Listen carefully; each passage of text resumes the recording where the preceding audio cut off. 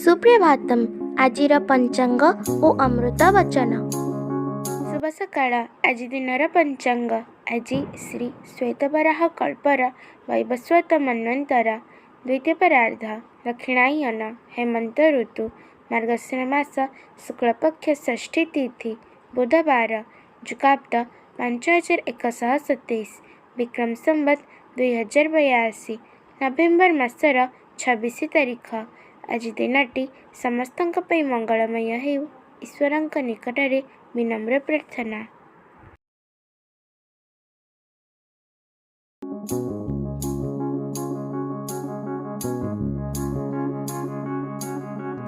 ପଡ଼ି ପଞ୍ଚଭୂତ ଫାନ୍ଦେ ବ୍ୟାକୁଳେ ଜୀବନ କାନ୍ଦେ। ଏହି ବୁଦ୍ଧିମନ୍ତ ବହୁରୂପୀ ନିଜର ନିର୍ବୋଧତା, ଅକର୍ମଣ୍ୟତା ଆଦି ଯେତେ ଦୋଷ ତ୍ରୁଟି ତା କାନ୍ଧରେ ଲଦି ଦେଇ ନିଜେ ଖଲାସ, ସାକ୍ଷୀ ଭାବରେ ଦୂରରେ ଦଣ୍ଡାୟମାନ।